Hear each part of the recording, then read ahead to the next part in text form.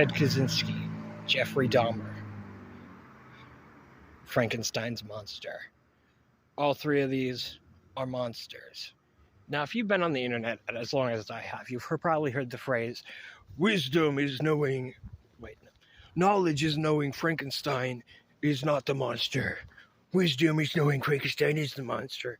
That comes from the 1939, I believe, Frankenstein movie.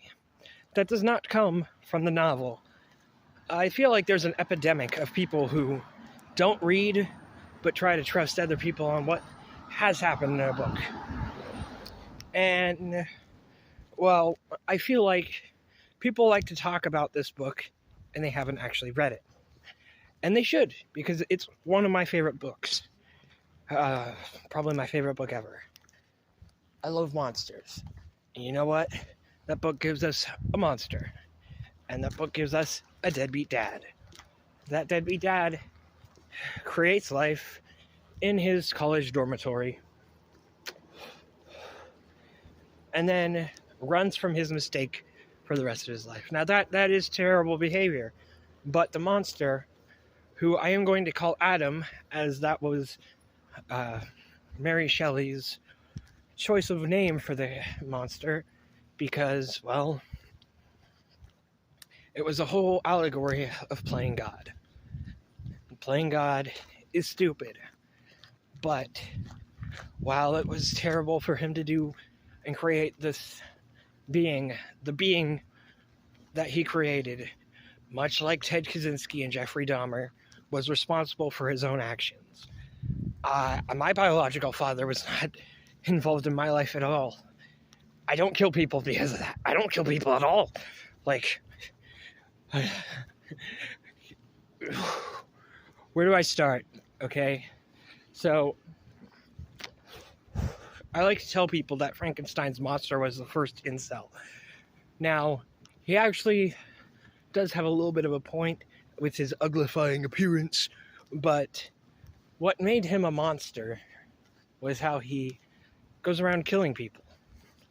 So his first victim in the book is a child. He kills a child for bringing up the name Frankenstein. And, well, that's not normal. Sorry, sir. And then what he does is he frames a woman, the first woman he sees, he plants evidence on, and he calls it just a little bit of mischief. Knowing of the U.S. justice system, actually it's France, but he knows of the justice system, and he purposely frames her so that she will be executed. And he apparently witnesses the crime, and he likes it. So then from there, he hunts down Frankenstein, blames him for the murders that he has created. Oh, look, I'm out. He blames him for the crimes he has committed because he created me. But again, the monster is an individual. He is responsible for his actions. He was created with a high capacity for intelligence. But in that high capacity for intelligence, he does not have a very high capacity for empathy. Shortly after, he kills Victor's best friend. Victor's best friend is, I'm trying to remember his name.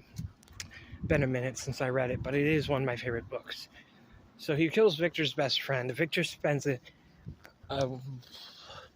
long-ass time, not really specified how long, but he spends time in a mental institution because he cannot stand the loss of his friend, and he cannot tell other people that, oh, I created a monster, and that monster killed my family. My friend.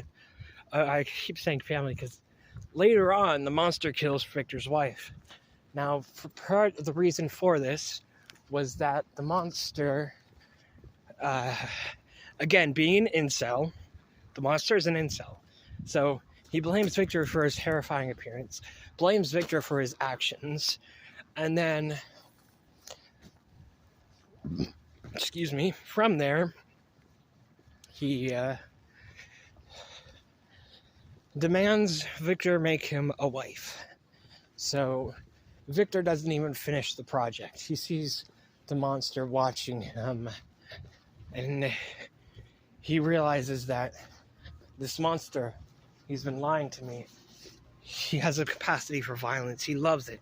He loves being violent.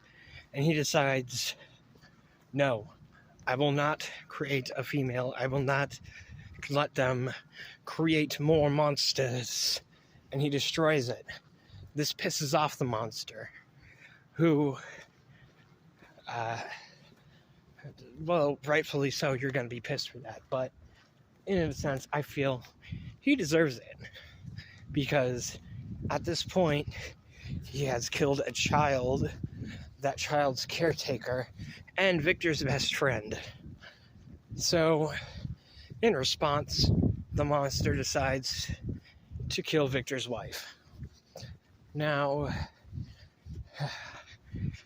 that is kind of a fucked up thing to do. There is a sense of getting even here, but it's psychotic in a sense. The whole monster is a psychopath. It's evil. You're not supposed to empathize with him. And yet people say that he's not a monster. He killed people, man. Victor's body count is technically 1. The monster's body count, I believe, is 4.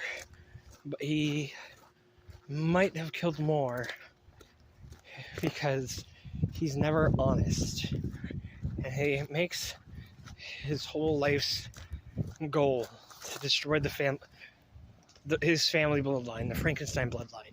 That is a monstrous act, okay? Now, where am I going with this? So, when the monster kills Victor's wife, he's walking in to the middle of the street. I believe it was moonlight, but Victor, could make out Adam's face, and Adam was snarling and laughing because he enjoyed what he did. And you know what? The monster never denies this. There's a theory that Victor is an unreliable narrator, but it has no basis. If you read the actual book, no. He's a deadbeat dad. And well, that sucks. But again, the monster's an individual. He makes his own decisions. My father was a deadbeat dad. Don't see me killing people over it. But I shouldn't make jokes. Where was I? So, I feel like there's an epidemic of people who like to talk about books, movies, comics, games, and they don't actually consume that media. And they like to sound smart by talking and reiterating, regurgitating things until it's a bad game of telephone. Because I can tell none of the people who talk about this book have actually read it. They're relying on a 1939 Frankenstein movie adaptation. One of the reviews for that. And well, that movie did change the story a lot. Because that was back in a time where movies were never direct adaptations of the book. But we didn't care because they were still good movies. Much like How to Train Your Dragon was. So, where am I going with this? My phone's about to die. Oh, I got 27%. So, going back to the incel thing. So, I like to tell people that Frankenstein's monster was the first incel. Because he likes to blame others for his horrifying appearance. Blames others for how they respond to him. But he is pretty socially inept, but also manipulative. He could if he wanted to be a better person, but he doesn't want to. He uses wrath, blames others, and ultimately kills an entire family.